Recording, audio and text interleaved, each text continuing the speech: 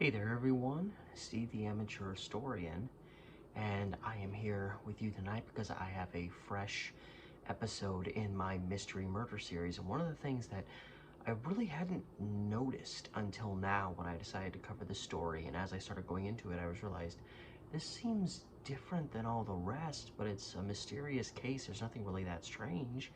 And then I realized every episode I've done in this series has been about a murder or a mystery or a Jane Doe case or something that's a mix of those. They've all been cases involving women. So this is actually my first one where the victim being discussed is male. I just didn't even notice. I guess cases involving women attract my attention more. So this is the first case involving a man, and it's actually a case that I discovered a couple years ago when I was first starting my Historic Murders of Portland series. And it was one of these cases that I actually started doing a little bit of film for it on scene, which I will include here in this video. And I won't say when, you'll just see it when it comes up. It'll come up when it needs to. And so, I discovered this like 2 years ago, or actually, yeah, about 2 years ago, maybe a little bit more. And I just never finished it because the area where this event happened is in the Portland area, but it's actually a little northwest of Portland. And if you don't have a car like me, it's almost impossible to get to without taking a lot of time trying to get there. So that Historic Murders of Portland video never fully happened. So I'm now coming to you to bring you the full story in this situation. And in this episode, I'm going to discuss the 1912 murder of a man named Harry Barr.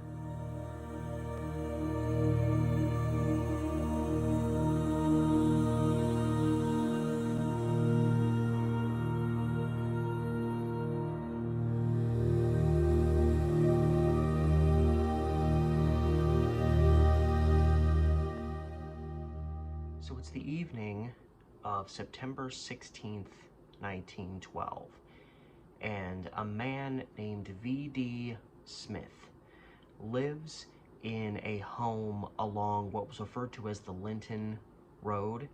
Once upon a time, now it's Highway 30 that goes through there.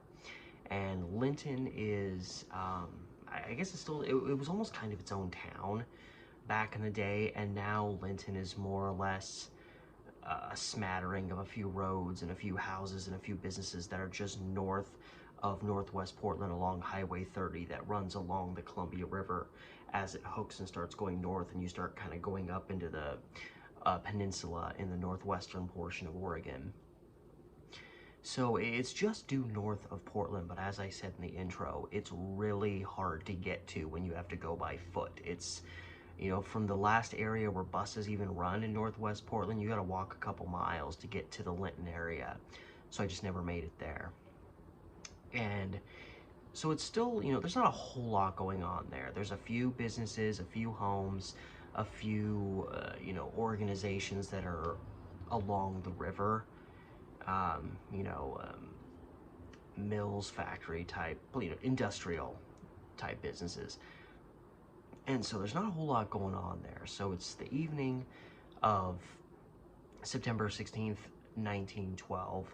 It's probably pitch black in this area, and V.D. Smith lives in Linnton just off highway, where Highway 30 would be today.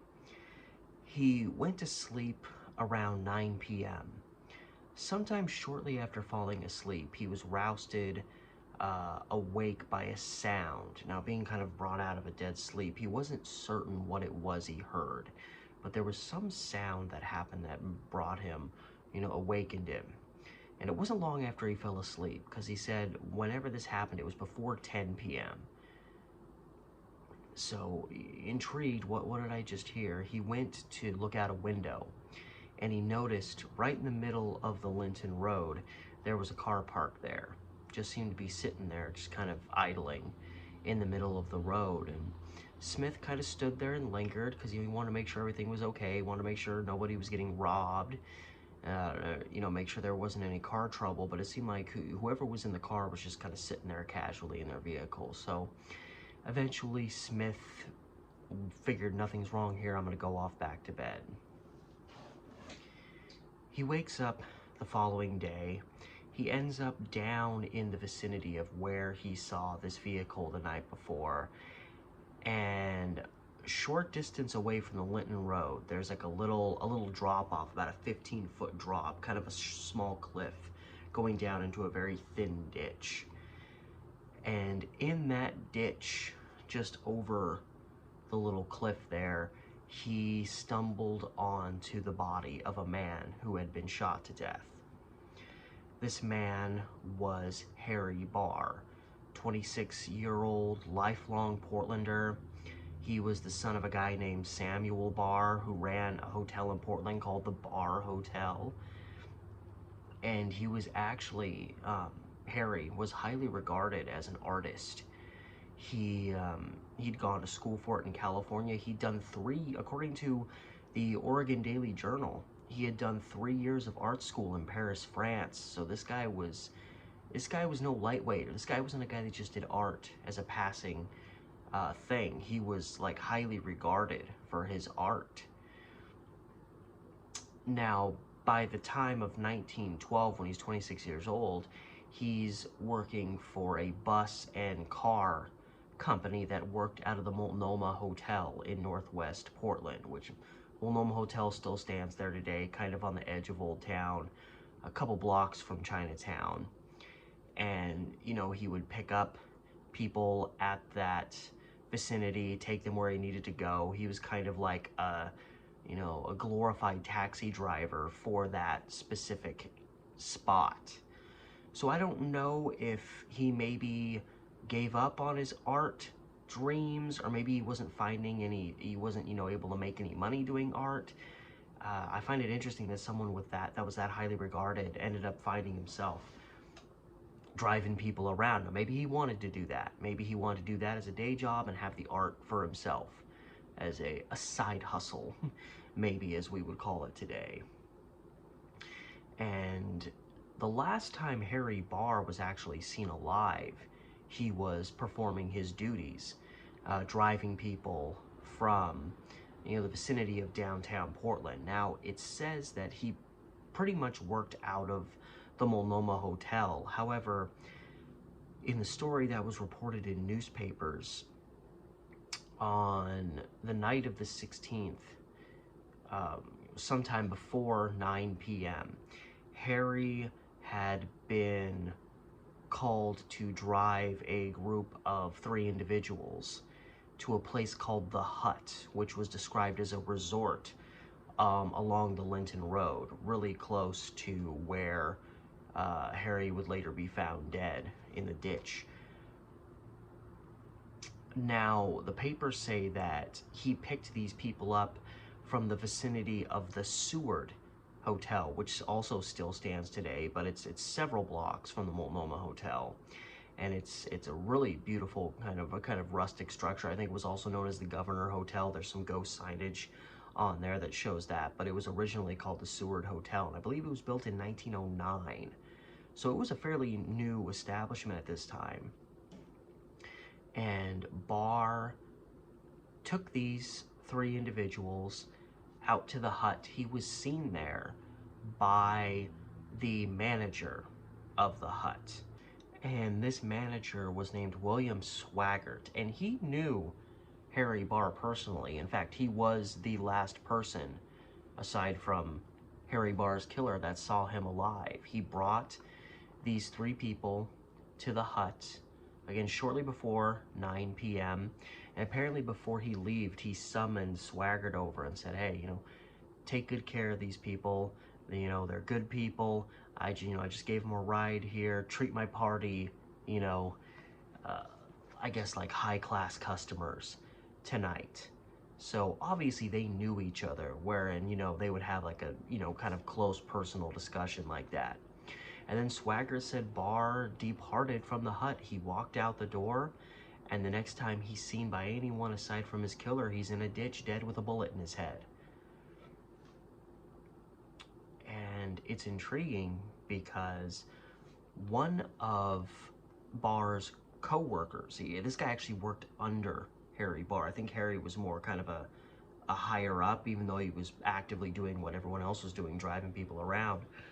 There was a fellow named L.L. Will who told authorities the day after Harry was found dead that, Harry Barr was a very open, warm-hearted, but he was also a very calm and gathered and kind of chill, relaxed, loose guy who didn't get stressed, didn't worry about stuff, didn't instigate drama, didn't instigate fights. If he was faced with a dramatic or violent situation, he would try to subdue it and bring it down. So he was known as this pretty well gathered and kind of relaxed guy.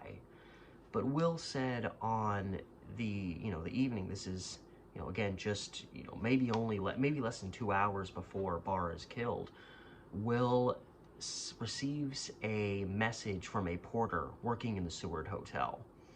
And it was from Barr, and Barr wanted Will to go pick up a phone so he could talk to them. And it was Barr telling him, I've got this group of people that I need to give a ride. And it was the same group that he drove out to the hut a little later on. And he wanted Will to go out and turn on the lamps on his car, which is such an interesting concept. When you think about it, it's like the early days of vehicles, 1912, and you actually had someone lighting lamps so that, people could see in the car, in the vicinity of the car. So Will goes out to do that, to get Barr prepared, and when he goes out there, he sees a woman sitting in the car, and there's a man kind of resting up against the car that he didn't recognize either one of them. And the woman was very aggressive about saying, like, our driver needs to be here quick, or we're gonna have to call another car. And right before they were about to bail, Barr showed up at the last second, which was unlike him. He was a very reliable guy, and here he was kind of rushing in late. And Will said that, even as Barr got into the car and the woman's kind of hustling him, come on, let's go. Will said that the look and the demeanor, the way that Barr was conducting himself was very unlike him. He seemed bothered, he seemed worried, and he really looked like he didn't want to do this particular drive this group out to the hut. He was worried about something. Now, certainly Will could have maybe been reading that to be more than it actually was, but it is still very interesting that, we have that classic case of shortly before someone dies, someone sees them acting strangely or out of character. But he did, eventually got into the car and took this group to the hut, and apparently, based on his encounter with the manager there at the hut, it seems like Barr was acting at least modestly normal before he departed, but that was still a thing of interest as an investigation opened into this, and you have a dead body that even by the time the first witness finds it has likely been there for several hours. V.D. Smith found the body at about 6 a.m. If the sounds that woke him up from sleep were the sounds of Barr being killed, which would have been before 10, that's more than 8 hours that his body was just laying there in a ditch. And whoever's responsible could be anywhere at that point.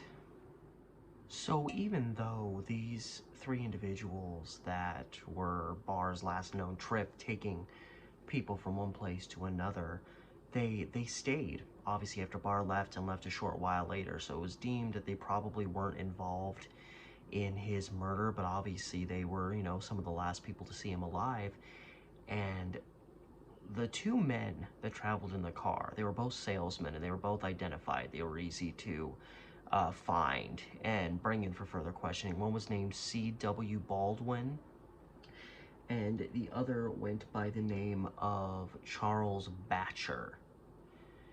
Now, for a period of about a day, the identity of the woman was left mysterious, which, whenever you can't uncover exactly who a certain someone was, who happened to be in close proximity of someone who was shortly murdered thereafter, that's always suspicious. But the woman in question, who was never named, she actually asked not to have her identity released to, papers and print media, because she was a married woman, and here she was out palling around with a couple of salesmen, and it's 1912. People would have certain perspectives on that and pass a lot of judgments. So she came in and said, I'm a married woman, so please don't talk about who I was. And she came in and didn't really have a whole lot to add to the story, like the two salesmen she was with. She was like, they hailed him as their driver. He took them to the hut in the Linnton area, and that was the last they saw of him. So, you know, again, this thing is kind of destined to become a mystery at this point, and one of the hardest things to try to determine, especially when you don't know who was responsible. You don't even really have a sense of who it could be, because it didn't seem like Harry Barr had a lot of enemies. Again, he seemed to be a chill, you know, calm dude, so to speak. So it was hard to, you know, who would want to just kill him? Now, obviously, you know, a lot of times in cases like this, someone's found dead, and, you know, when he was found, in the early morning hours of September 16th, several hours after he'd been killed, his car was gone. So whoever did this shot him and took off in his car. So, you know, it seemed to be this kind of brief encounter. And in a lot of situations such like this, one of the first things you consider is, was it a robbery? Was this either a robbery gone wrong, or this was one of those rare robbers who, you know, robs someone blind and then kills them to make sure there's no witnesses? However, when Harry Barr was found, none of his possessions had been taken from him. He had a fairly expensive watch that he was still wearing, and he had $60 in gold on him. So whoever did this was not doing it for a robbery, because if it was, they would have missed these very obvious pieces of value. So real quickly, the idea of a robbery was kind of pushed aside. Another theory that kind of rose up, and then, I don't know if it was necessarily dismissed, but it lost steam really quickly, was the idea that this may have been the result of some kind of a love triangle. Barr had become infatuated with a woman who maybe was either married. Again, you know, initially this one mystery woman that he gave a ride to, they didn't know who she was. Was he maybe mixed up with her? Was he mixed up with a married woman, you know, somewhere else? Was he mixed up with a woman that some other guy was interested in? And, you know, a jealous husband or a jealous other possible lover was responsible for maybe hailing a ride from Barr and saying, hey, take me out somewhere in Linnton, and then killing him. But they just couldn't find anything to substantiate that. They couldn't find anything to substantiate that he'd been, you know, fooling around with a married woman. But something they did uncover, which spawned the possibility of another motive for someone to want to kill Harry Barr, who again is a guy that didn't seem to have a lot of enemies, is this story that roughly 2 months before he was killed, so roughly in the realm of July of 1912, a person who goes unnamed contacted the police and told them that Harry Barr, specifically, and another man were, in essence, shacking up at a house with two, as it was described, younger girls on the east side of Portland. An address wasn't given, but the idea was that Harry Barr, 26-year-old guy, and another adult male were staying at a house with two, again, they're only described as younger women, but the article infers that they were, you know, at most teenagers, like these were underaged girls. And reportedly 2 officers were sent to the location of that home to investigate the situation, and when they arrived, the officers said that they were denied entry into the home. But he felt that the people that were there, which, you know, potentially Harry Barr was one of them, that they were acting suspicious enough that they felt that the story probably was valid, that there were, you know, adult men staying here with some underage girls. And their theory was that, you know, when the police showed up, one of the people there maybe ushered the girls out the back way of the house to hide them. But the officers still determined that there wasn't, you know, that was just their gut feeling about the situation. So they did deem afterwards that they didn't really have any evidence to investigate further. So the issue was kind of blown off due to, you know, lack of evidence. And a theory was quickly brought up that, you know, these are young girls, they've got parents, they've got fathers out there. Now, what were the circumstances that led to these young girls randomly living with potentially Harry Barr and another full-grown man, and why the parents weren't around, why the parents didn't know this was going on, why wouldn't these parents know where their girls are? You know, those are all questions that weren't answered. But that situation, if it did happen and Harry Barr was directly involved, it certainly puts a little bit of a dark twist on this idea that he was just a cool, casual guy that people really liked and he was an okay guy. But beyond that, it sparked this idea that maybe, you know, the father, they don't say that these girls were related, so I don't know if they were sisters and there was one father, or, you know, different girls with multiple different, you know, fathers. And was it possible that one of these fathers, or, you know, the father, possibly sought vengeance for, you know, Harry Barr, this grown man, you know, shacking up with his underage daughter? And could he have hailed down Harry Barr's car one night and waited for the right moment and shot him dead in cold blood as vengeance? Now, while there's no evidence to substantiate that, it is a very strong possibility. And the reason it's a strong possibility is because situations like that, I've talked a lot on my channel about the unwritten law, which was essentially if a man caught another man with his wife, you know, some man had come in and defiled the family home, you know, and the husband lost it and shot the lover dead, oftentimes that husband would get off. It was kind of this unspoken law that you could, it was kind of considered justifiable homicide. And that was kind of the attitude. Even into 1912, there was kind of this attitude that if somebody was horrible enough, everybody would kind of like turn an eye on the general law, you know, that you don't kill people, thou shalt not kill. And in a situation where, you know, a father is getting retribution against a couple of adult males for being together with his underage children in a suspicious set of circumstances, you know, odds are if that father shot those men dead in cold blood, even if he was found out, you know, the justice system might just let him get away with that. So that was another theory that was being pushed. And as it were, in the case of Harry Barr, how he was discovered, he had been shot likely from behind.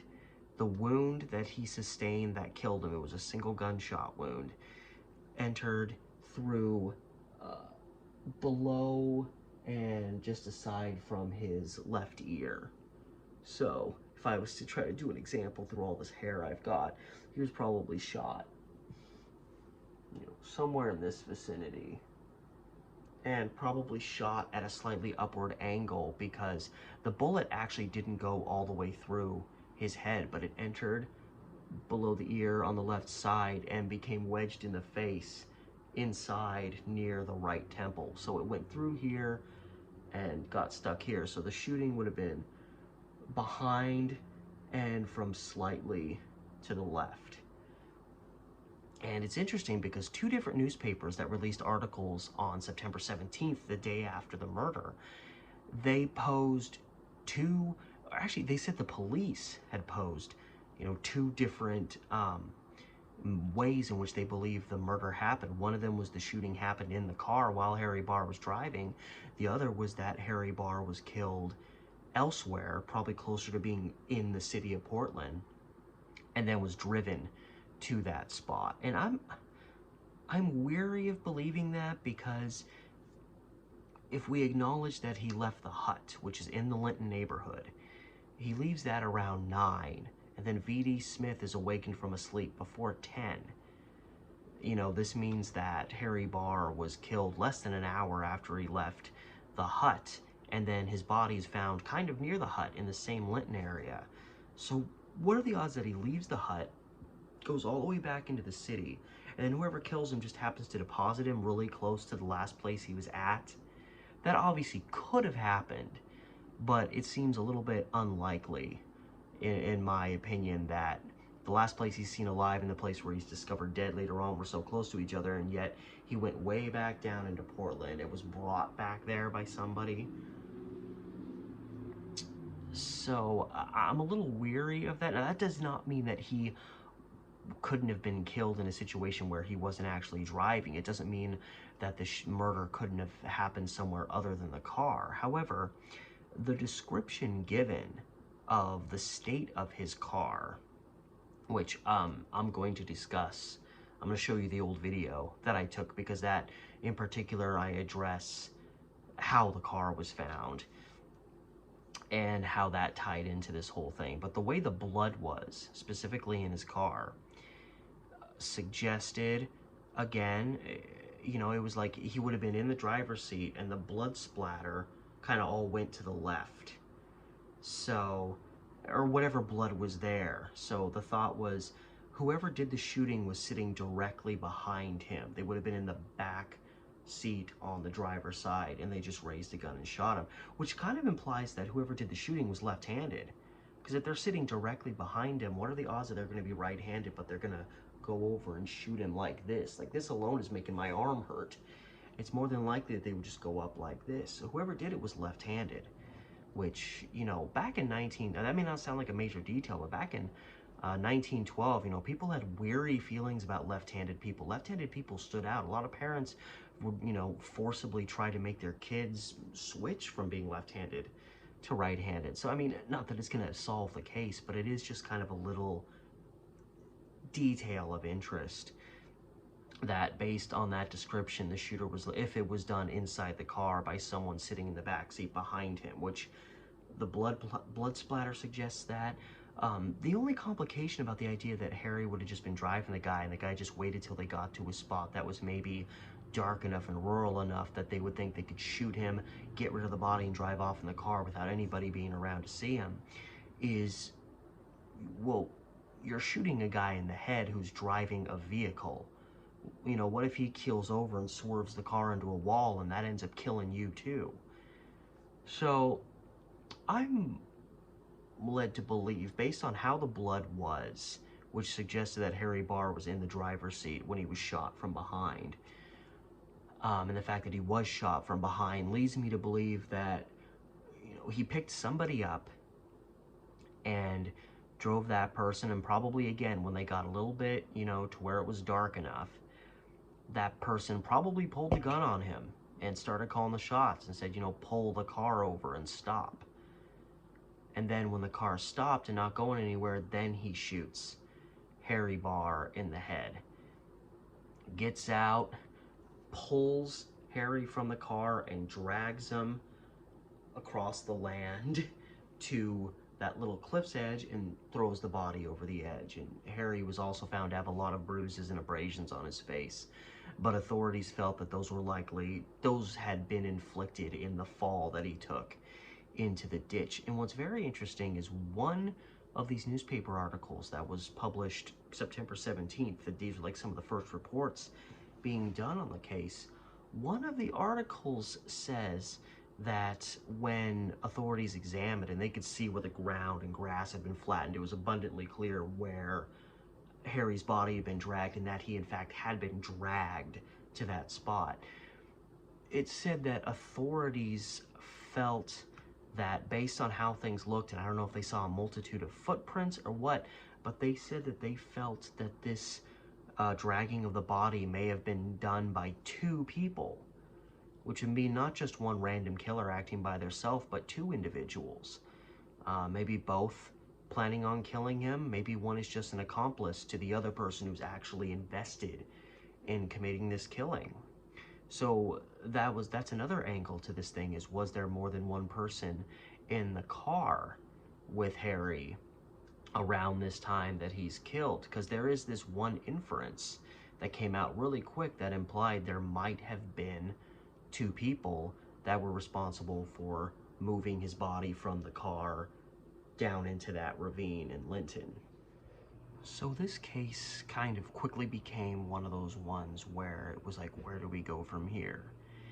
And, you know, a couple of days passed before there were really any updates on the matter. But again, something that did happen that I briefly mentioned earlier was obviously whoever killed Harry Barr left him in the Linnton area and then drove off with his car.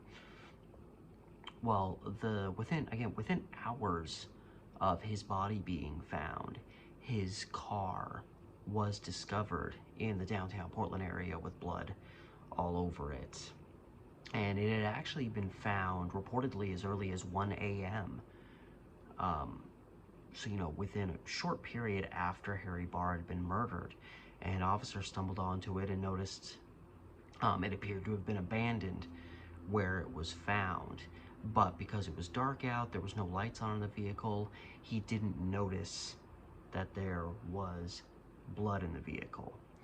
And because this was in downtown, this is the one part of the Harry Barr video I was planning on doing for my Historic Murders of Portland episode where I actually shot video. So now I'm going to show you video that I took about 2 years ago, going to the scene of where Harry Barr's car was found, but also addressing another issue in the case, the first potential suspect.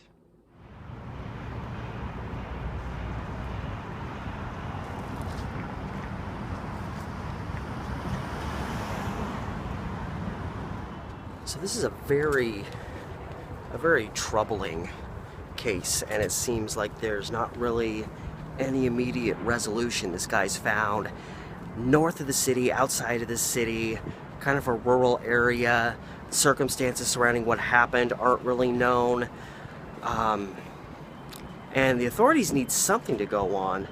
And then, a little bit after the case broke and was reported, it was determined that whoever did Harry Barr in had come to the city and had at some point been around this intersection. This is 1st and Taylor Street. This is where Old Town really hits, you know, newer structures. Like, this is the Mikado block, built in the 1880s, and then you look right across the street and something else entirely. So we're right on the fringe of where Old Town Portland meets New Town Portland. And right here at 1st and Taylor, Harry Barr's car was discovered with blood in it, understandably. It was found parked at this intersection. So either there's the very unlikely case that the car was taken by the assailant, left somewhere, then someone else took it and drove it to this intersection and left it for some reason. There's that very unlikely scenario, but what probably really happened was whoever did Harry Barr in took his car back into the city, left it parked along this intersection, and potentially stayed in a rooming house because there was a shirt found, a shirt or a sweater that was found in a rooming house at this intersection. Now, there's no address given, it just says it was at 1st and Taylor.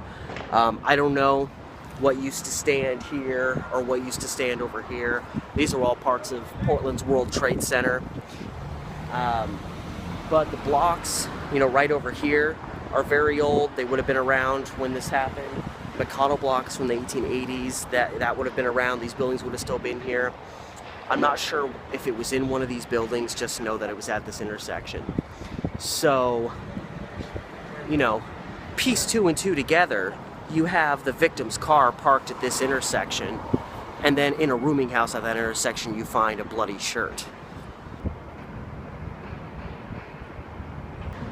Now here's where things get really interesting.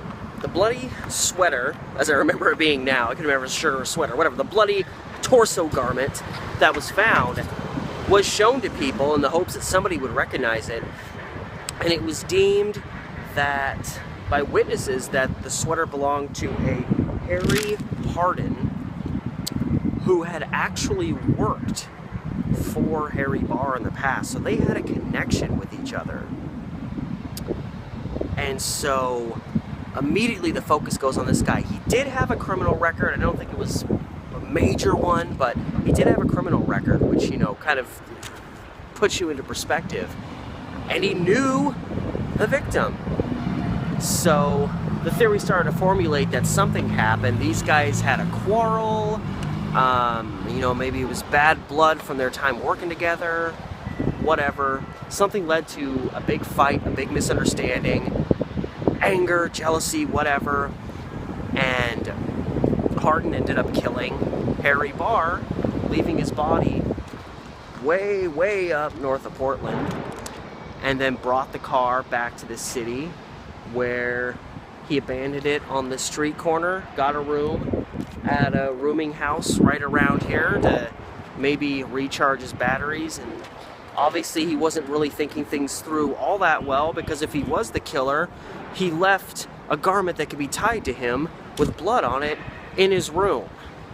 So this guy immediately became the suspect in most people's minds. But then, just as quickly as it appears there's a break in the case, authorities learn that Harry Hardin left the Portland area and hadn't been there in weeks. So he wasn't in the town, apparently, when this murder occurred. So he was, based on that alone, he was eliminated as a suspect. And I'm a little back and forth about that personally. Now, one, you know, he could have, you know, if this sweater was tied to him by people who knew him, you know, I don't know how average or normal looking the garment might have been, but, you know, whatever kind of sweater it was, it's very possible that numerous other people in the city could have had a sweater just like that. And just because it looked like one this guy had, you know, it's really not that much to go on when all is said and done, even though in the moment people were like, all right, that's it, this is the guy. So maybe it was his sweater, maybe it wasn't. I think, you know, whoever's sweater it was, it probably belonged to the killer. You have a bloody sweater found in a rooming house right on the same block as Harry Barr's bloody car is discovered. I think it's very hard to say that the sweater didn't belong to whoever the assailant or assailants were, but that doesn't automatically mean that this Harry Hardin guy was the guy. That being said, I find it a little lazy for them to say that I think he had relocated to Washington, and they were like, oh, he hasn't lived in Portland for weeks. Just because he doesn't reside in the area anymore doesn't mean he couldn't have come back for a couple of days. What if he came back into town and hooked up with Harry Hardin and something happened? And, you know, he thought, you know, oh, I could probably get away with this because everybody knows I'm living over here now. So if they find him down by Portland, they're not going to think it's me because I'm not supposed to be around here. I mean, it wouldn't be that difficult. People, killers have done that all the time. You know, especially if they have a car, a mode of transportation to get out of the city. You know, they'll show themselves as being in one area, and then they'll go boom, boom, and then go right back where they came from, and then that's their alibi, so to speak. So it's hard to say exactly whether this guy was a legit suspect or not. But it left us back at square one in this case. I don't know why I say us, like it affected me personally, but the police were back at the drawing board. No suspects. I definitely think I kind of maintained some of the sentiment I felt at that time about this Harry Hardin fellow. Whether he could have been involved or not, he had a criminal record. He'd known Harry Barr previously. He was even known to frequent a spot that was right next to a hotel that Harry Barr would sometimes stay at. If he was, you know, entertaining people there, maybe stayed late and didn't want to have to cross back over the river to go home because he lived on the east side of the river. So there was little pieces and details there, and again, how, you know, if this was Harry Hardin's, you know, garment that was found in his vehicle, how do you explain that? But again, as I said, you know, are we absolutely certain it was his, or that it just didn't look like a sweater that he was known to have? So that is kind of shaky evidence, but I'm still a little suspicious considering the fact that the main reason, actually in the newspaper, not only said that one of the main reasons they dismissed him as a suspect was because they had no knowledge of him having come back to the Portland area after he had moved away, which of course hardly proves that he couldn't have come back at some point. You can pass through town, for one day, and, odds are no one's going to know you were there unless you see somebody you know personally. But beyond that, the newspaper also said that one of the reasons they kind of dismissed him was because they couldn't find out where he was. He'd obviously moved away, but in efforts to try to locate him, they couldn't find him. And I'm like, how do you use that to dismiss someone as a possible, at least person of interest, just because you can't find him? In fact, wouldn't that make you a little more suspicious? Why is this guy suddenly missing? Here's this guy that's been gone from Portland for a long time, and this murder happens, and the authorities are getting really suspicious, and then they find the car, and they find blood in there, and they find a bloody sweater in there, which, if it belongs to Harry Hardin, and he sees that, in an initial report in a paper, yeah, he might split town. Could that maybe explain why the authorities couldn't find him, even though it should have been relatively easy to find him? It's hard to say for certain, but it's definitely, there's something a little bit still suspicious about that. But as far as law enforcement was concerned, he was off the table. He was not guilty. So authorities are kind of struggling, and they're back to square one. And it gets to be September 20th. It's been like 4 days since the murders happened, and they have nothing, absolutely nothing to go on. And the first real discovery that they make amidst this, multi-day stretch of nothing is officers were returning. They'd probably gone back to the general area where Harry Barr's body had been found multiple times, just trying to see if there's something they missed. And as officers were searching an area that was described as being within 600 yards of where Harry Barr's body was found, which that's a pretty wide area, but still in the vicinity of where he was found. Some officers kind of searching around, looking around, kicking the dirt. They found what appeared to be some blood mixed in with some loose dirt. So they quickly got down on their hands and knees, started digging in there, and they discovered a .38 revolver that had been kind of loosely buried under some dirt where there was some dried up blood there. It was just described as a cheap .38, but authorities were pretty convinced with that discovery that they had found the murder weapon. Whoever had shot Harry Barr in the head had, chucked the gun off somewhere as they left. I guess it makes sense. You don't want to be wandering around with a murder weapon on you, drawing attention to yourself, especially if you've gotten away with the murder to that point. So that was a big discovery. They also, of course, this could have been completely unrelated, so it wasn't as big of a discovery as the gun, but that same day, authorities discovered another witness to a car that may or may have not been Harry Barr's car. But someone said in the general vicinity of Linnton that they saw a car going down the street the night that Harry was killed, probably in pretty close proximity time-wise to when he was killed. And someone was in the car driving, and there was another man there, and he was standing on the running boards outside the car. Those older cars, they had outside the doors, they had those big boards, and you could kind of hold onto the car and just stand on it. If you ever see like old silent films where there's like cars packed with people or police vehicles, and there'll sometimes be like officers hanging off the side, well, they're standing on the running boards. Older early model cars had that feature. So was that Harry Barr's car? Was the person on the running board the person that killed him? Maybe, but there's, nothing of absolute evidentiary value. But it was something when they really weren't finding a lot. And another discovery that was made the following day, so it's now September 21st, 1912, a mix of black feathers believed to have been from a hat, particularly a woman's hat, were found in the bushes right next to where Harry's body had been deposited. And this is it's really hard to dismiss this as being directly connected to the case, because again, these were found down the ravine into this little ditch. Like, this was not an area that people would just be walking through or hanging out at. If you were going to have an item of yours fall in there, you almost would have had to have been right down there near the body. So it's hard to claim that these feathers weren't connected. And they also found what was described as a rosette, which I looked it up, and it's kind of like it's almost kind of a ribbon type thing that you would attach to your clothes.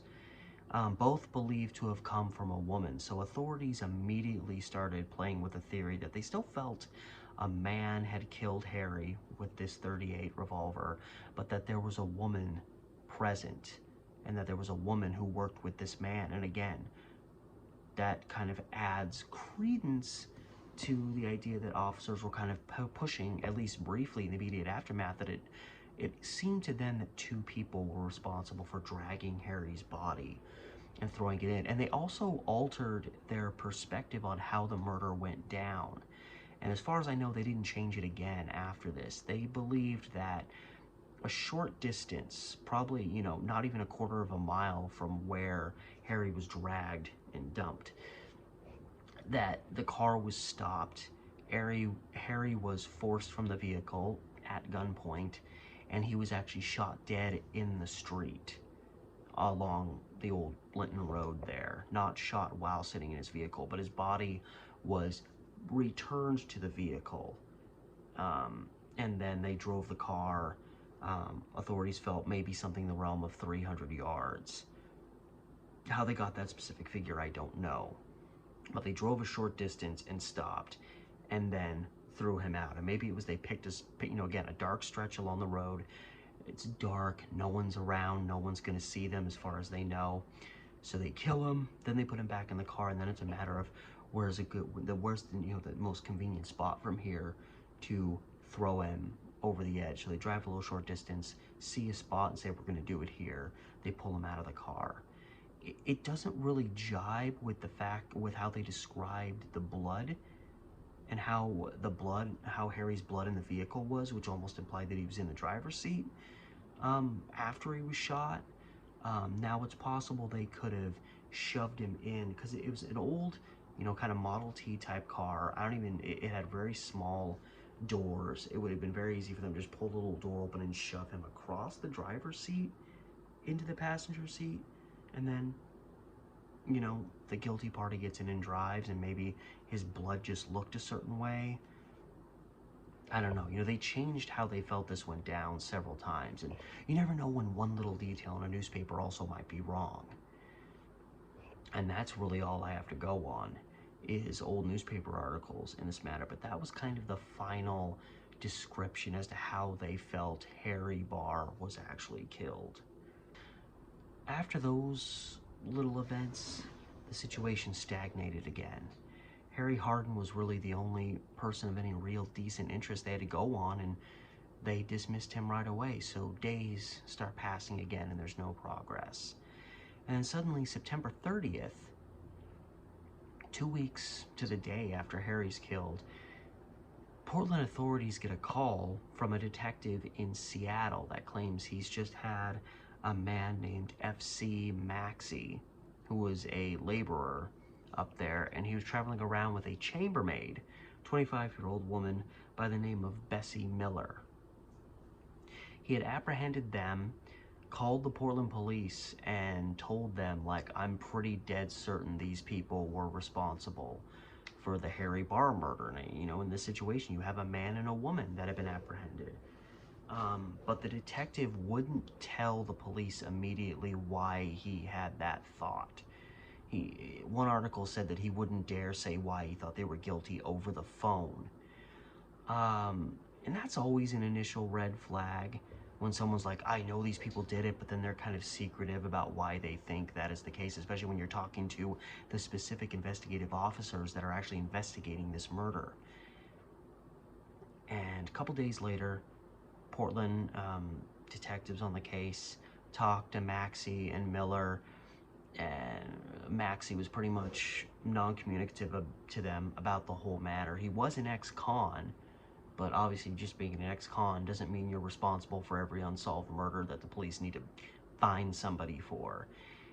So he was released pretty quickly. They couldn't tie him to the murder case at all, and it was never explained in any of these newspapers why they were thought to be responsible in the first place, why this detective up in Seattle thought that they were responsible. So it's a little bit left to mystery, which is kind of unfortunate because I would like to know some of the details surrounding it so I could at least assess that situation and analyze whether it was a good idea or a bad idea that the Portland police dismissed this Maxey guy so quickly.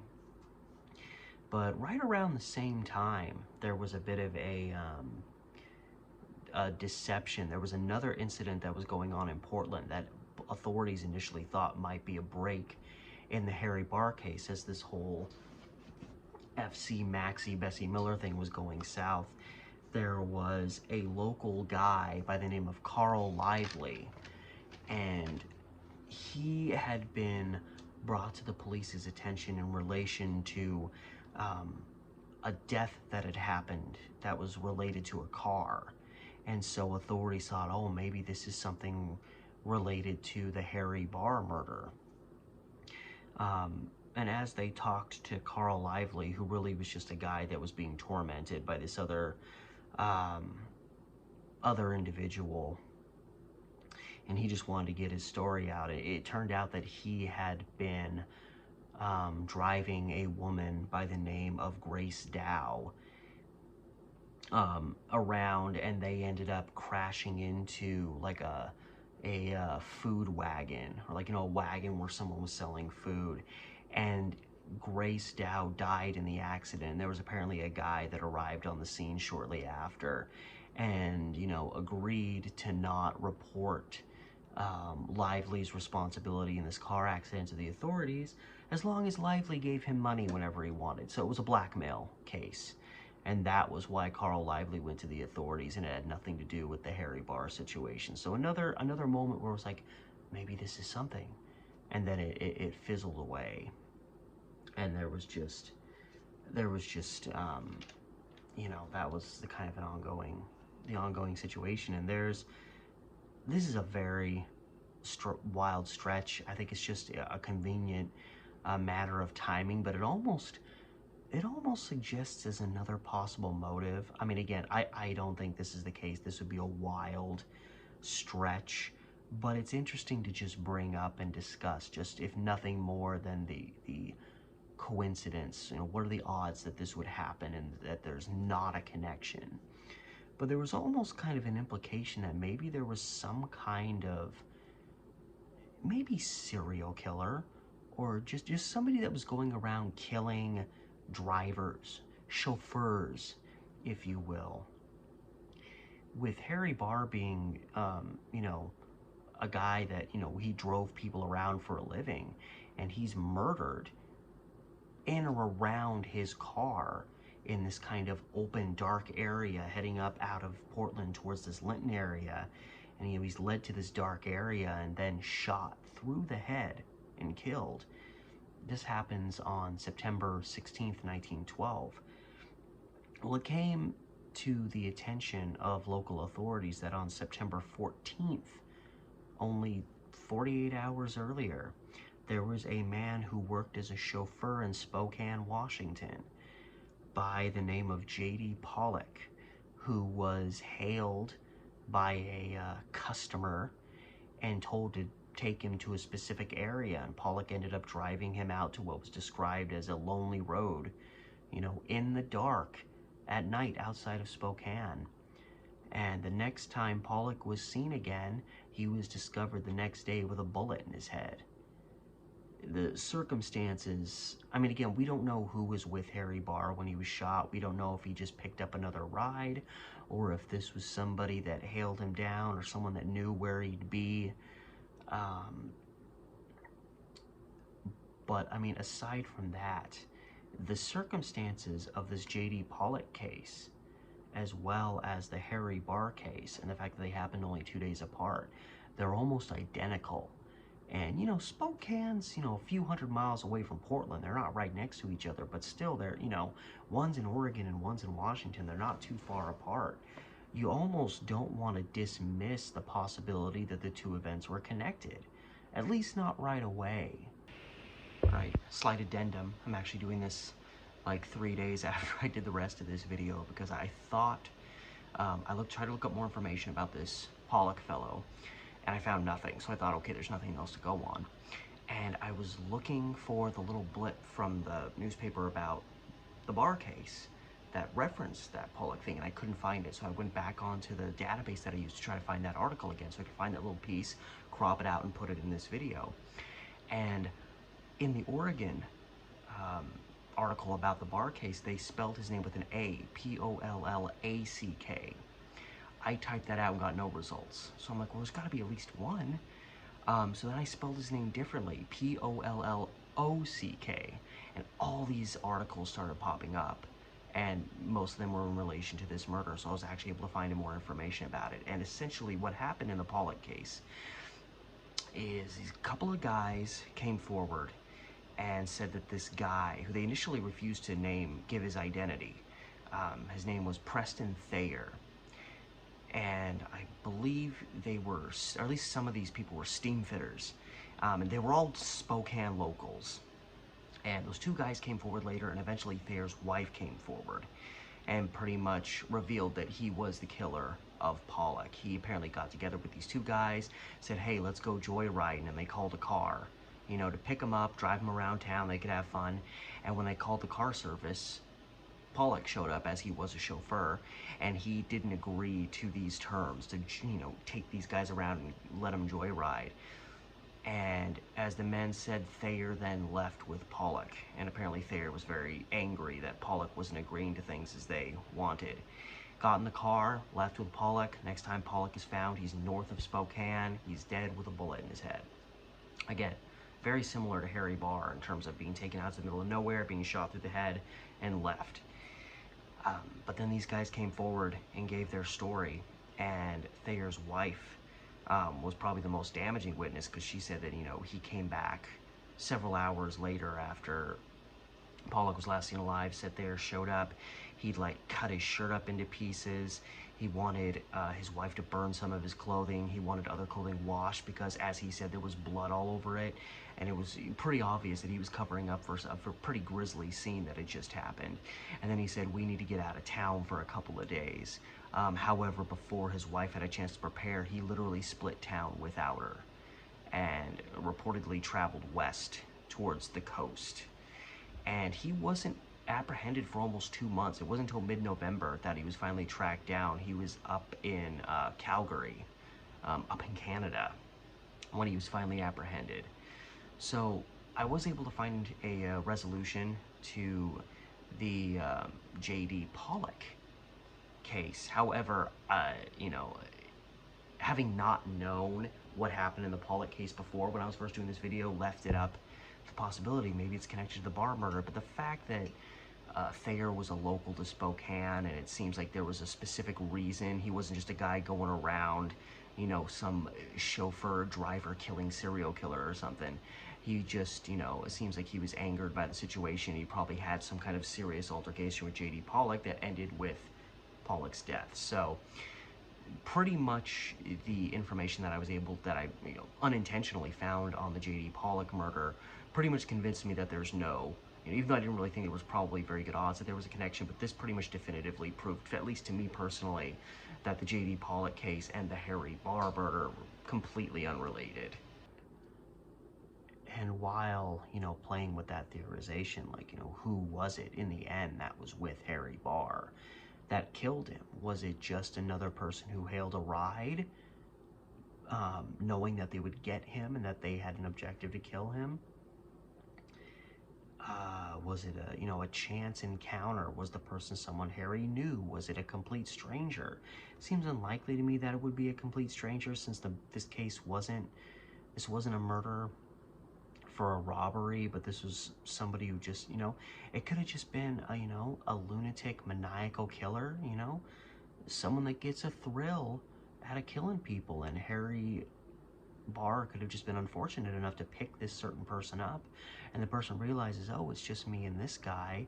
Harry Barr becomes a victim of opportunity in that scenario. That's one possibility. I mean, the possibilities are pretty vast when you don't have anybody who's even remotely a real solid suspect. Again, this Harry Hardin guy is as close as we get, and we don't even know if he was anywhere near Oregon at the time Harry Barr was killed, much less in the Portland area specifically.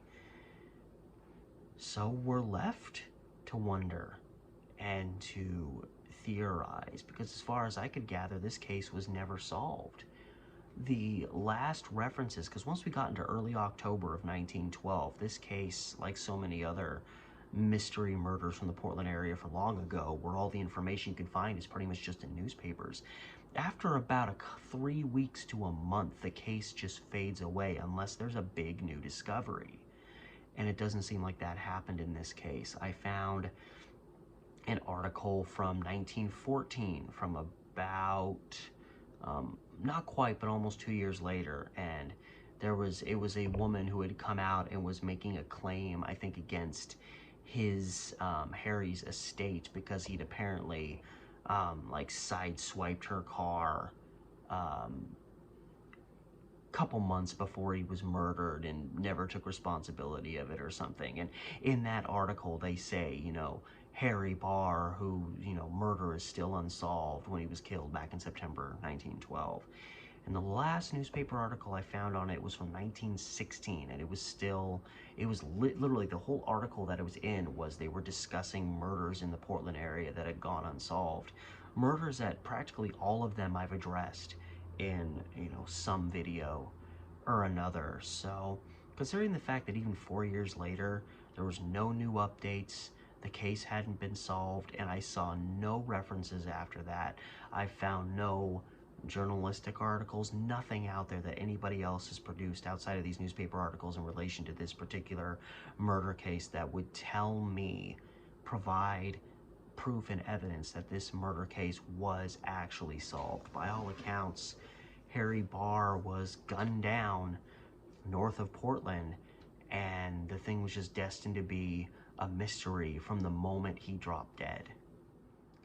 So, as is, you know, the primary purpose in this series, we start with the story, we go through the details, and it's intriguing, but we're left in a state of total mystery with really no valid suspects, no, you know, certain or, you know, very likely motives. I would be interested, and I did look it up to try to find anything, to see if there was anything more to be found about this story about Harry Barr living with some young girls and that kind of weird twisted things, to see if maybe I found anything more about that, because if that story is true, that's definitely a strong motive, you know, for a father to kill somebody. But I don't know. In all these circumstances, I just don't know. It's really hard to say. It's really hard to know what direction to go in based on what individual pieces of evidence. All we really know for certain when all is said and done is at 9 p.m. on September 16th, 1912, Harry Barr was alive and well, and at some point during the night, he no longer was. That's all we really know for certain in this case, in the tragic murder of this 26-year-old gifted artist, working driver. So, as always, I'd like to thank you so much for watching today's video, and a new installment in this series, trying to bring you all these old, you know, primarily Oregon-centered cases, and actually bringing up a case wherein the victim is male, which again, I haven't done yet in this series, and I've done at least 15, 16 episodes, but, you know, I do stories about cases that attract my attention, so just, that's how it's gone to this point. And this is, you know, a series that as long as there's cases to be covered, I'm going to continue producing content for this series just over the span of the existence of my channel. So you can look forward to me continuing to do these periodically. and I hope you're enjoying them. And as always, you know, if you're new to the channel or you just haven't done it yet, remember to leave the video a like, share it around if you want, and subscribe to my channel. Those are all things that help me out. If you want to, you can hit up my Patreon. I'm posting things there frequently. I'm trying to post multiple times a week in the form of various different types of content that you can only see as a whole bunch of extras in addition to my channel. You can only see it if you sign up and join my Patreon today.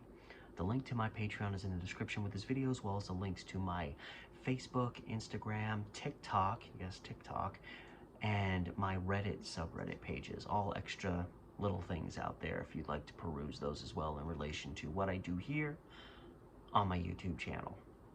So all that said, one more time, thank you so much for watching.